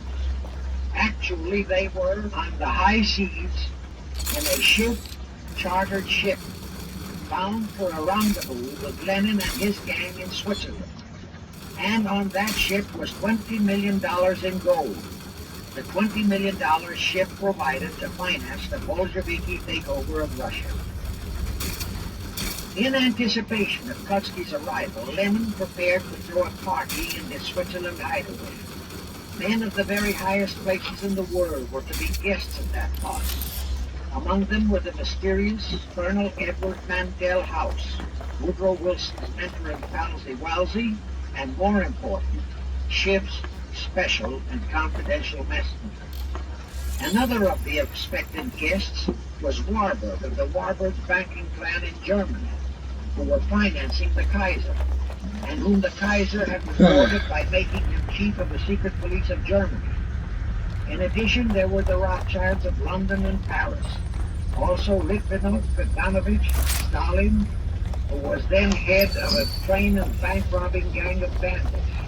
He was known as the Jesse James of the Urals. And here I must remind you that England and France were then long in war with Germany, and that on February 3, 1917, Wilson had broken off all diplomatic relations with Germany.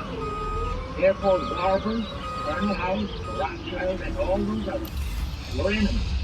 But of course, Switzerland was neutral ground where enemies could meet and be friends, especially if they had some scheme in common. That's why Switzerland is the way it is. Nearly wrecked by an unforeseen incident. The chartered ship on its way to Switzerland was intercepted and taken into custody by a British warship. But Schiff quickly rushed orders to Wilson to ordered the British to release the ship intact with the Trotsky woodlands and the gold. Wilson obeyed. Okay. And the British, that if they refused to release the ship, the United States would not enter the war in April as he had faithfully promised a year earlier. The British heeded the warning. Trotsky arrived in Switzerland, and the Lenin party went off the schedule. But they still faced what ordinarily would have been the insurmountable obstacle of getting the Lenin-Trotsky band of terrorists across the border into Russia. So that's where Brother Warburg, chief of the German secret police, came in.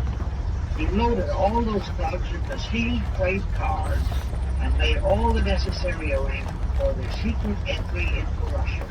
The rest is history. The revolution in Russia took place, and all members of the royal Romanov family were murdered. Now my chief objective is to establish beyond even a remote doubt that communism, so-called, is an integral part of the Illuminati's great conspiracy for the enslavement of the entire world.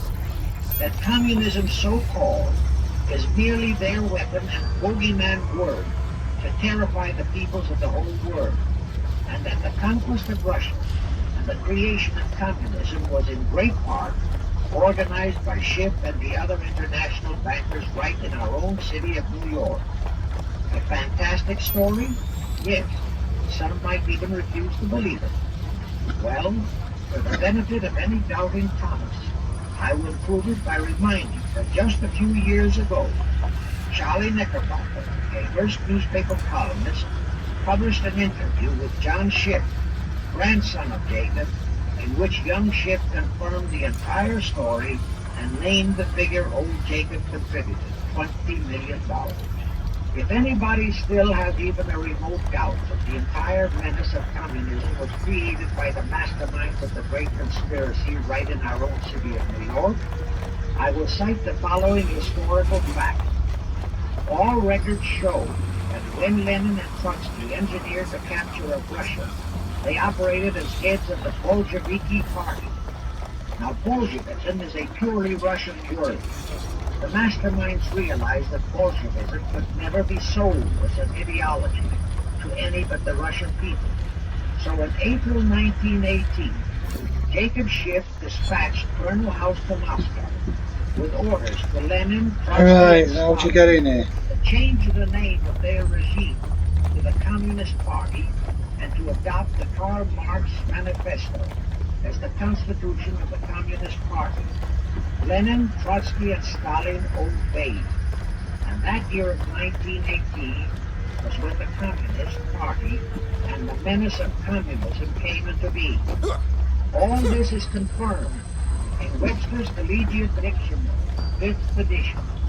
In short, communism was created by the capitalists. Thus, until November 11, 1918, the entire fiendish plan of the conspirators worked perfectly. All the great nations, including the United States, were war-weary, devastated, mourning their dead. Peace was the great universal desire. Thus, when it was proposed by Wilson to set up a League of Nations to ensure peace, all the great nations, with no Russian Tsar to stand in their way, jumped on that bandwagon without even stopping to read the fine print in that insurance policy. That is all but one, the United States, the very one that Schiff and his co-conspirators least expected would fall. And that was their one fatal mistake in that early plot. You see, when Schiff planted Woodrow Wilson in the White House, the conspirators assumed that they had the United States in the proverbial bag. Wilson had been perfectly built up as a great humanitarian. He supposedly became established as a godman of the American people.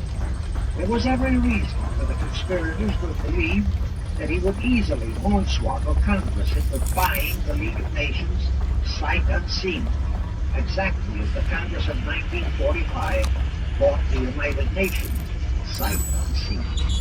But there was one man in the Senate in 1918 who saw through that scheme, just as the Russian Tsar did in 1840. He was a man of great political stature, almost as great as that of Teddy Roosevelt, and fully as astute. He was highly respected and trusted by all members of both houses of Typical. Congress and by the American people. The name of that great and patriotic American was Henry Cabot Lodge, not the phony of today who called himself Henry Cabot Lodge Jr. until he was exposed. Lodge completely unmasked Wilson and kept the United States out of the League of Nations. Here it becomes of great interest to know the real reason for the Wilson League of Nations flop. As I previously stated, SHIP was sent to the United States to carry out 4 specific assignments. Number 1 and most important was to acquire complete control of the U.S. money system. Number 2, as outlined in the original White House Illuminati blueprint, he was to find the right kind of men to serve as leaders of the great conspiracy and promote them into the highest offices in our federal government, our Congress, our U.S. Supreme Court, and all federal agencies, such as the State Department, the Pentagon, the Treasury Department, etc. Number 3, destroy the unity of the American people by creating minority group strife throughout the nation, especially between the whites and blacks as outlined in Israel Cole's book. Number 4, create a movement to destroy religion in the United States, with Christianity to be the chief target or victim. In addition, he was strongly reminded of the imperative directive in the Illuminati blueprint to achieve I thought it was an arcade. all mass communications media, to be used to brainwash the people into believing and accepting all of the maneuvering of the great conspiracy. SHIP was warned. All units, I repeat, all units. We have reports of a hostile in your area. Over. Moving to the hostile's location, over. Right, close this fucker down. SHIP and his co-conspirators did set up the NAACP, National Association for the Advancement of the Colored People, in 1909. Negative. And in No sign of suspect. 1913, he set Over. up the Anti-Defamation League as an idea. Both were to create the necessary strife. But in the early years, the ADL operated very timidly, perhaps for fear of a pogrom-like action by an aroused and enraged American people. And the NAACP was practically born because its white leadership didn't realize that they would have to develop firebrand people leaders, such as James I've identified an armed individual. In addition, SHIP was busy developing and infiltrating the police to serve in all high places in our Washington government, and in the job of acquiring the creation of the message. He also was very busy with the organizing of a possible takeover of Russia. In short, he was kept so busy with all those jobs that he completely overlooked the supreme job of acquiring complete control of our mass communication media. That oversight was the direct cause of Wilson's failure to build the United States We are trailing the into the League of target. Nations. Because when Wilson decided to go to the people to overcome the opposition of the large-controlled center, despite his established but phony reputation as a great humanitarian, he found himself faced by a solidly united people and by a loyal press whose only ideology was Americanism and the American way of life. At that time, That's no point. There's no air. That's one thing I've not realised. There's no airport. No vision of target. Ending pursuit, over. no legal problem, no so-called anti-Semitic problem. To sway the people's opinion. There were no lefts, there were no rights. No prejudices, brandishing, exploitation. Thus was the League of Nations. These fell on deaf ears. That was the end of Woodrow Wilson. The conspirator was a humanitarian. He quickly abandoned his crusade and returned to Washington, where he shortly died an imbecile brought on by syphilis. And that was the end of the League of Nations as a corollary to one-world government. Of course, that debacle was a terrible disappointment to the masterminds of the Illuminati conspiracy. But they were not discouraged. As I have previously expressed, this enemy never quits. They simply decided to reorganize and try from scratch again. By this time, Schiff was very old and slow. He knew it. He knew that the conspiracy needed a new, younger, and more active generation.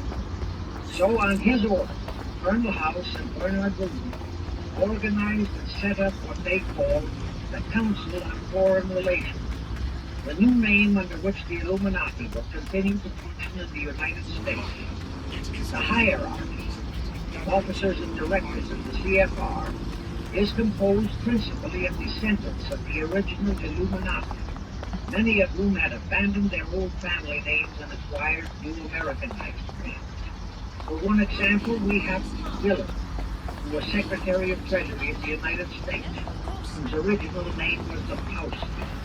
Another example is Paley, head of the CBS TV channel, whose true name is Polinsky. The membership of the CFR is approximately 1,000 in number and contains the heads of virtually every industrial empire in America, such as Blau, president of the U.S. Steel Corporation, Rockefeller, king of the oil industry, Henry Ford II, and so on. And of course, all the international bankers, also the heads of the tax-free foundations, are officers and or active CFR members. In short, all the men who provide the money and the influence to elect the CFR chosen presidents of the United States, congressmen, senators, and who decide the appointments of our various secretaries of state, of the treasury, of every important federal agency, are members of the CFR, and very obedient members indeed. Now, just to cement that fact, I will mention the names of a few of the United States presidents who were members of the CFR. Franklin Roosevelt, Herbert Hoover, Dwight D. Eisenhower, Jack Kennedy. Others who were considered for the presidency are Thomas E. Dewey, Adlai Stevenson, Nixon, and Vice President of a CFR subsidiary, Barry Goldwater. Among the important cabinet members of the various administrations, we have John Foster Dulles, Allen Dulles, Cordell Hull, John J. McCloy, Morgan Dulles, Clarence Dillon, Russ McNamara, and just to emphasize the red color of the CFR, we have as members such men as Alger Hiss, Ralph Bunch, Kosvolsky, Harry Dexter White, real name Weiss, Owen Lattimore, Philip Jaffe, etc., etc. Simultaneously, they were flooding thousands of homosexuals and other blackmailing characters into all the federal agencies from the White House down. Remember Johnson's great friend Jenkins and Bobby Baker? Now, there were many jobs the new CFR had to accomplish. They required much help. So their first job was to set up various subsidiaries to whom they assigned special objectives. I can't name all the subsidiaries in this recording, but the following are a few. The Foreign Policy Association, FPA, the World Affairs Council, WAC, the Business Advisory Council, BAC, the notorious ADA, Americans for Democratic Action, virtually headed by Walter Reuther, the notorious 1313 in Chicago. Barry Goldwater was, and no doubt still is, a vice president of one of the CFR subsidiaries. In addition, the CFR set up special committees in every state in the Union, to whom they assigned the various local state operations. Simultaneously, the Rothschilds set up similar CFR-like control groups in England, France, Germany, and other nations to control world conditions and cooperate with CFR to bring about one world war. But the CFR's first and foremost job was to get complete control of our mass communication media.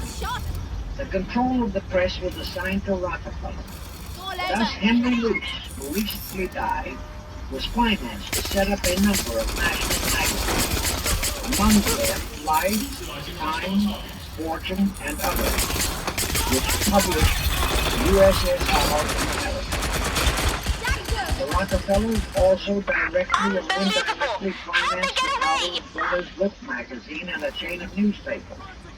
They also financed a man named Sam Newhouse to buy up and build a chain of newspapers all over. Let's not make this more And the unpleasant late than it Kcin has to Meyer, be. one of the founders of CFR, bought the Washington Post, Newsweek, the weekly magazine, and other publications.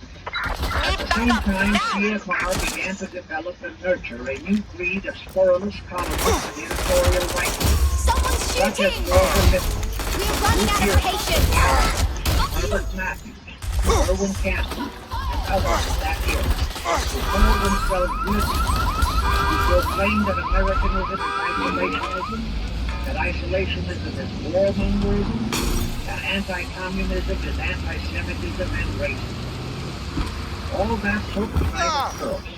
But today, our entire press, except for some local small-town papers and weeklies published by patriotic organizations, is completely controlled by CFR stooges, and thus they finally succeeded in breaking the South into a nation of quarreling, wrangling, squabbling, hating factions. Now, if you still wonder about the slanted news and outright lies you read in your paper, you have the answer. To the layman's Goldman Sachs, Spoon Loeb, and the Warburg, the CFR assigned the job of getting control of the motion picture industry, Hollywood, radio and television, and believe you me, they succeeded. If you still wonder about the strange propaganda broadcasts by the Ed Murrows, Jeff Huntley, Howard K. Smith, Eric Severide, Drew Pearson, and others of that ilk, you have the answer. If you wonder about all the smut, sex, pornography, and mixed marriage films you see in your movie theater and on your TV set, all of which is demoralizing our youth, you have the answer. The whole story of the CFR conspiracy takeover of our mass communications people is far too long to include in this recording. You can find it in the news bulletin number 125, entitled How to Get the Reds Out of Communications Media. It was published and brought up to date by the Cinema Educational Guild. It tells in detail how the press, the movies, TV, and radio have been, and still are, used to brainwash the people, to demoralize our youth. And they have been and still are encouraging and creating sympathy for the rioting Negro civil rights lawlessness. You can get a copy of this news bulletin by writing to the Cinema Educational Guild, Post Office Box 46205, Hollywood, California. Now, to refresh your memory, let's go back for a moment. Wilson's flop had torpedoed all chances of transforming that League of Nations into the conspirators' hoped-for one-world government housing.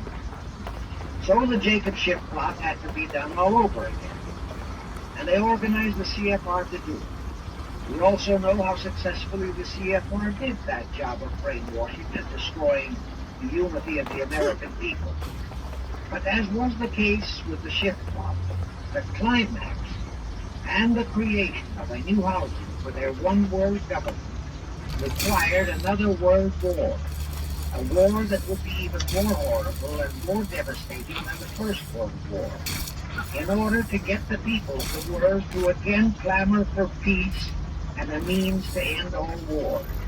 But the CFR realized that the aftermath of World War II would have to be more carefully planned, so that there would be no escape from the new one-world track, another League of Nations, that would emerge from the new war, the track we now know as the United Nations. And they hit upon a perfect strategy to ensure that no escape. Here is how they did it. In 1943, in the midst of the war, they prepared the framework for the United Nations, and it was handed over to Roosevelt and our State Department to be given birth by Alger Hiss, Kosvolsky, Dalton Trumbo, and other American traitors, thus making the whole scheme a United States baby. Then to fix our parenthood, New York City was to become the nursery for the monstrosity. After that, we could hardly walk out on our own baby, now could we? Anyway, that's how the conspirators figured it would work, and so far it has. And the liberal Rockefeller donated the land before the United Nations Bill. The United Nations Charter was written by Alger Hiss of Polsky, Dalton Trumbull, and other CFR students. A phony so-called UN conference was set up in San Francisco in 1945. All the so-called representatives of 50-odd nations gathered there, promptly signed the charter, and the despicable traitor Alger Hiss flew to Washington, elatedly submitted it to our Senate, and the Senate, elected by our people to safeguard our security, signed the charter without so much as reading it. The question is, how many of our senators were even then traitorous stooges of the CFR? Anyway, it was thus that the people accepted the United Nations as a holy of holies, and enabled traitor Earl Warren to virtually destroy our Constitution by basing all his traitorous decisions on the UN Charter, thus making that charter virtually our law of the land. However, for all the dirty work that had to be done to solidify these laws, the new housing of the one-world clock, they still required the aid of our leaders in Washington. So now I will emphasize the fiendish cleverness of the CFR masterminds. To the vast majority of the American people, our foreign policy for many years has been a complete enigma. Most of us simply can't understand why this great nation is seemingly floundering so helplessly in the art of diplomacy. We can't understand why our leaders are seemingly so confused and bewildered in all their dealings with Moscow, France, and other nations, and with the UN. We always hear them proclaiming that in view of our overwhelming economic and military superiority, we must always lead from strength. Yet at all the summits and conferences, they cringe and stammer and stutter, and so to speak, come out with their tails between their hind legs. We can't understand the foreign aid to people and about enemies, to Poland and about enemies, to all the about communist nations. We can't understand why the expenditure of hundreds of billions of dollars has failed to slow down, let alone stop the march of communism. We are perplexed by the seeming ineptness of the State Department, the Defense Department, the CIA, the USIA, of all our federal agencies. Again and again and again we have been startled, shocked, bewildered, and horrified by their mistakes in Berlin, Korea, and Laos, in Katanga, in Cuba, in Vietnam. Mistakes that always favor the enemy, never the United States. Under the law of averages, they should have made at least one or two mistakes in our paper, but they never did. What's the answer?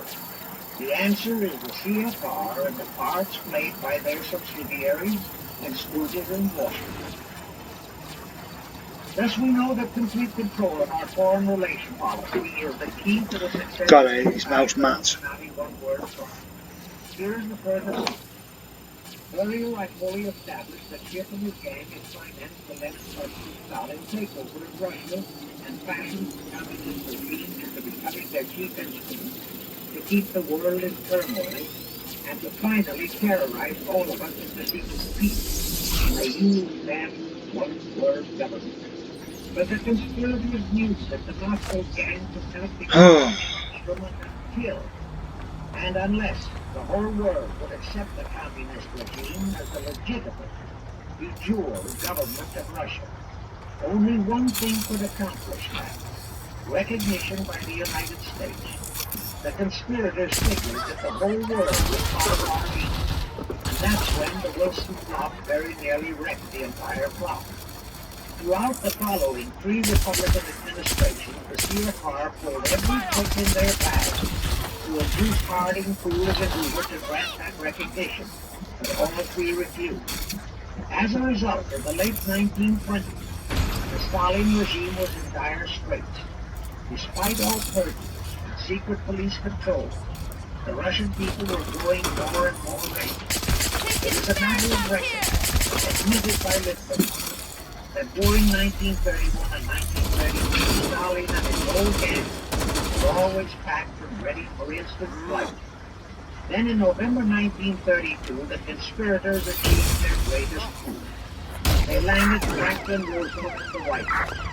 Crafty, unscrupulous, utterly without conscience, that charlatan traitor turned the trick for them.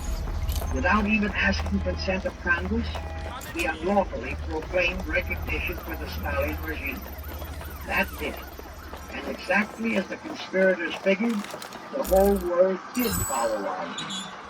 Automatically, that squelched the previously growing resistance movement of the Russian people. That automatically launched the greatest menace to civilized world ever known. The rest is too well known to need repeating. We know how Roosevelt and his traitorous State Department kept building up the communist menace right here in our own country, and thus throughout the world. We know how he perpetrated that Pearl Harbor atrocity, or his excuse to hurl us into World War II. We know all about his secret meetings with Stalin at Yalta, and how he, with Eisenhower's help, delivered the Balkans and Berlin from Moscow. And last, but by no means least, we know that 20th century Benedict Arnold not only dragged us into that horror of the United Nations, the one world government, but actually schemed all the arrangements to plant it within our country. In short, the day that Roosevelt entered the White House, the CFR conspirators regained full control of our foreign relations machinery and firmly established the United Nations as the housing of the Illuminati one world government. I wish to stress one other very vital point. That Wilson League of Nations plot brought Schiff and his gang to the realization that control of just the Democratic Party was not enough.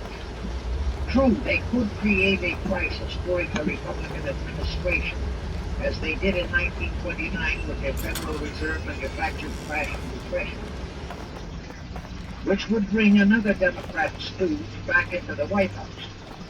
But they realized that a 4-year disruption of their control of our foreign relations policies could play havoc with the progress of their conspiracy. It could even break up their entire strategy, as it almost did before Roosevelt saved it with his recognition of the Stalin regime. Thereupon, after that Wilson debacle, they began to formulate plans to achieve control of both of our national parties. But that posed a problem for them. Manpower. Stooges in the Republican Party also added manpower to the Democratic Party, because control of just the man in the White House would not be enough. They'd have to provide that man with trained stooges for his entire cabinet, men to head the State Department, the Treasury Department, the Pentagon, the CIA, the USIA, etc. In short, every member of the various cabinets would have to be a chosen tool of the CFR, such as Rusk and McNamara. Also all undersecretaries and assistant secretaries. That would give the conspirators absolute control of all our policy, both domestic and, most important, foreign. That course of action would require a reserve pool of trained stooges, instantaneously ready for administrative changes and for all other exigencies.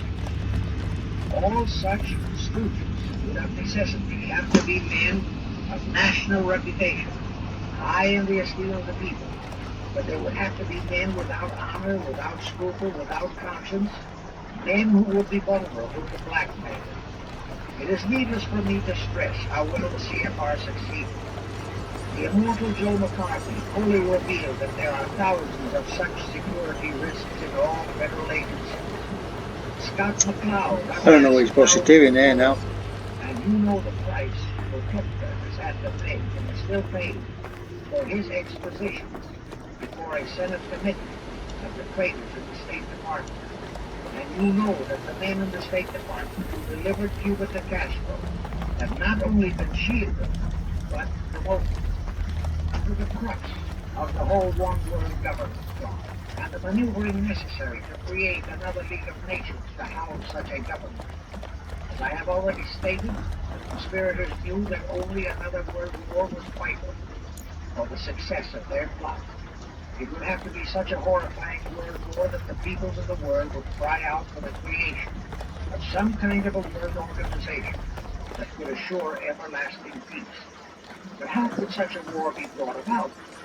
All the European nations were at peace. None had any quarrels with their neighboring nations.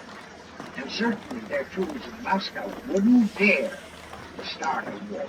Even Stalin realized that it would mean the overthrow of his regime, unless so-called patriotism would well the Russian people behind it. But the conspirators had to have a war. They had to find or create some kind of an incident to launch it. And they found it in a little inconspicuous and repulsive little man who called himself Adolf Hitler. Hitler, an impecunious Austrian housepainter, had been a corporal of the German army. He made the defeat of Germany into a personal grievance. He began to rabble-rouse about it in the Munich, Germany area. He began to spout about restoring the greatness of the German Empire and the might of the German soldiers. He advocated the restoration of the old German military to be used to conquer the whole world. Strangely enough, Hitler, the little clown that he was, could deliver a rabble-rousing speech, and he did have a certain kind of magnetism. But the new authorities in Germany didn't want any more war, and they promptly threw the obnoxious Austrian housepainter into a prison cell. Aha! Here was the man, decided the conspirators, who, properly directed and financed, could be the key to another world war. So while he was in prison, they had Rudolf Hess and Goering write a book which they titled Mein Kampf and attributed the authorship to Hitler, exactly as Litvinov wrote Bishop to Moscow and attributed the authorship to Joseph Davies, then our ambassador to Russia and a stooge of the CFR. In Mein Kampf, Hitler, the pseudo-author, outlined his grievance and how he would restore the German people to their former greatness. The conspirators then arranged for a wide circulation of the book among the German people in order to arouse a fanatical following for him. On his release from prison, also arranged by the conspirators, they began to groom him and finance him to travel to other parts of Germany to deliver his rabble-rousing speech. Soon he gathered a growing following among other veterans of the war, and that soon spread to the masses, who began to see in him a savior for their beloved Germany. Then came his leadership of what he called his brown-shirted army and the march on Berlin. That required a great deal of finance, but the Rothschilds, the Warburgs, and others of the conspirators provided all the money he needed. Gradually, Hitler became the idol of the German people, and then they overthrew the Hindenburg government, and Hitler became the new Führer. But that still was no reason for a war. The rest of the world watched Hitler's rise, but saw no reason to interfere in what was distinctly a domestic condition within Germany. Certainly none of the other nations felt it was a reason for another war against Germany. And the German people were All not units, yet possible incited suspect into or another suspects offense reported near your to location. commit any acts against Received. any neighboring nation, Watching for suspect. not even against France, that would lead to a war. The conspirators realized they would have to create such a frenzy. A frenzy that would cause the German people to throw caution to the wind and at the same time horrify the whole world. And incidentally, Mein Kampf was actually a follow-up to Karl Marx's book, A World Without Jews.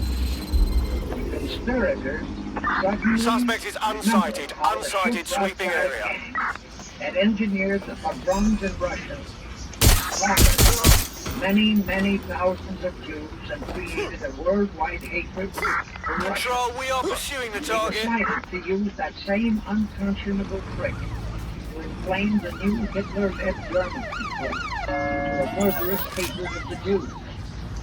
Now it is true that the German people never had any particular affection for the Jews, but neither did they have an ingrained hatred for them.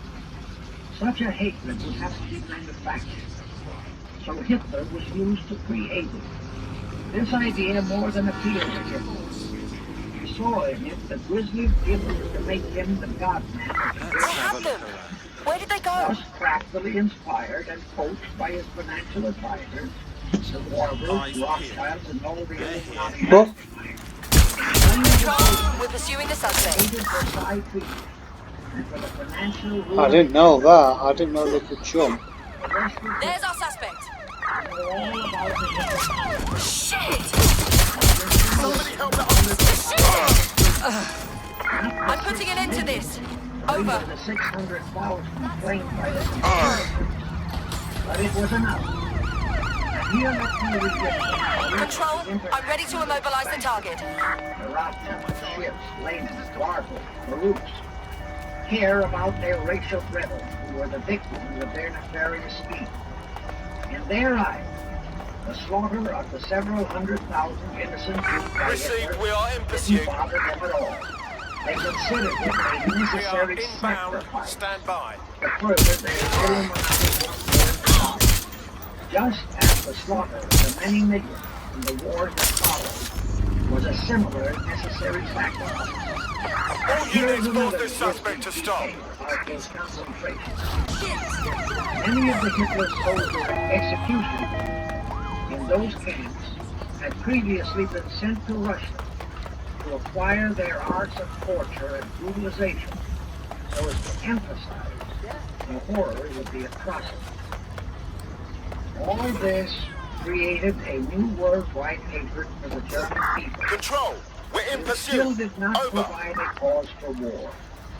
Thereupon Hitler was incited to demand the Sudetenland.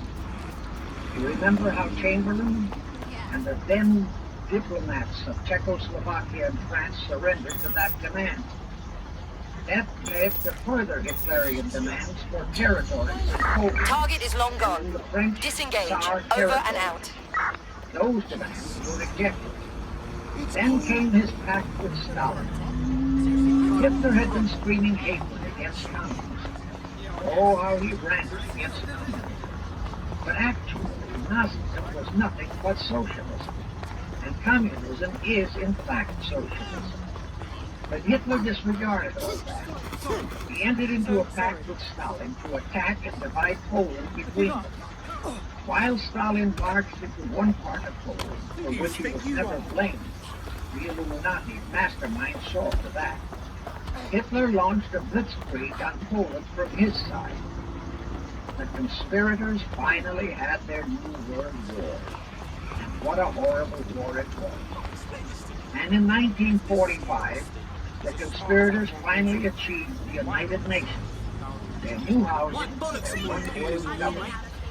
And truly amazing, all of the American people hailed this foul outfit as the holy of holies.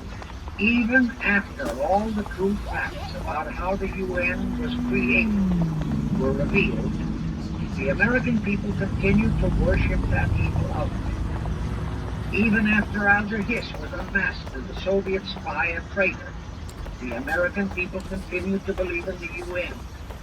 Even after I had publicly revealed the secret agreement between Hiss and Molotov, that a Russian would always be the head of the military secretariat, and by that token, the real master of the UN, most of the American people continued to believe that the UN could do no wrong. Even after Trygve Lie, the first Secretary General of the UN, confirmed that Hiss-Molotov secret agreement in his book for the cause of peace, the vast majority of our people refused to lose faith in the UN. Even after the truth about the Korean War was revealed, how the Russian General Vasiliev, head of that UN military secretariat, was given a leave of absence by the UN so that he could take command of the North Koreans and Red Chinese who were fighting the so-called UN police action under our own General MacArthur, who by orders of the UN was fired by the pusillanimous troops in order to prevent his winning that war. Our people still believed in the UN, despite our 150,000 sons who were murdered and maimed in that war. The people continue to regard the UN as a sure means for peace, even after it was revealed in 1951 that the UN, using our own American soldiers under UN command and the UN flag, collusion with our traitorous State 999. Department. Which service do you require? Police, please. Okay, connecting. Just hold. Hackney, please, can I help you? Yes, hello? I'd like to report a possible crime, maybe even a murder. What do you mean, ma'am? I've been hearing some screaming the last few nights. Over at that old warehouse, the Oval one, yeah? Haven't been able to sleep all week. But tonight it's got worse. Incessant screaming like someone's being tortured. I think I even heard a couple of gunshots. Madam, I'm sure this is merely someone's telly being turned on too loud. Happens all the time. Do you think you're not going to do anything? Not even come and investigate it? You lot are good for nothing these days, aren't you? Oh, I wouldn't say that, ma'am. We do plenty around here, you know. Well, just the other day I was directing the traffic. Do you know that most of the UN Charter was copied intact, word for word, from the Marx Manifesto and Russia's so-called Constitution? Do you know that the only two senators who voted against the UN so-called treaty were the only two senators who are friends? Do you know that since the UN was founded, the communist engagement has grown from 250 million to 1 billion? Do you know that since the UN was founded to ensure that there has been major wars incited by the UN, just as we are now inciting the war against Londonâ? Do you know that under the UN setup, the American taxpayers have been forced to make up the UN treasury? He got injured again. Many millions of dollars. Russia's refusal to pay her share. Do you know that the UN has never passed a resolution condemning Russia or her so-called satellites, but always condemns our allies? Time to pick up where your teammate left off. I'm sure they'll thank you once they stop eating through a tube. That's awful. I hope they were doing something cool at least. When arrested United agents. Now, 66 senators voted for I get one thing, it's heavily guarded. entire country to Russian spies and saboteurs. Do you know that the UN helps Russia's conquest of the world by preventing the Lots of drones. taking any action whatsoever, except to debate each new aggression in the UN General Assembly? Do you know that at Damaged the time one. of the Korean War, there were 60 nations in the UN, yet 95% of the UN forces were our American sons? I'm surprised you're smart enough to not just piss on yourself constantly. Sod the fuck off. During the Korean War, prevent us from winning. Do you know that all the battle plans of General MacArthur had to go first to the UN to be relayed to Vasily, commander of the North Koreans and Red Chinese, and that any future wars fought by our sons under the UN flag would have to be fought under the control of the UN Security Council? Do you know that the UN has never done anything about the 80,000 Russian Mongolian troops that occupy Hungary? Where were the UN when the Hungarian freedom fighters were slaughtered by the Russians? Do you know that the UN and its peace army turned the Congo over to the communists? Do you know that the UN's own so-called peace force was used to crush, rape, and kill the white anti-communists in Kcin? Do you know that the UN stood by and did nothing while Red China invaded Laos and Vietnam? That it did nothing while Nehru invaded Goa and other Portuguese territory? Do you know that the UN was directly responsible for aiding Castro? That it does absolutely nothing about the many thousands of Cuban youngsters who are shipped to Russia for communist indoctrination? Do you know that Adlai Stevenson, of all people, said the free world must expect to lose more and more decisions in the UN?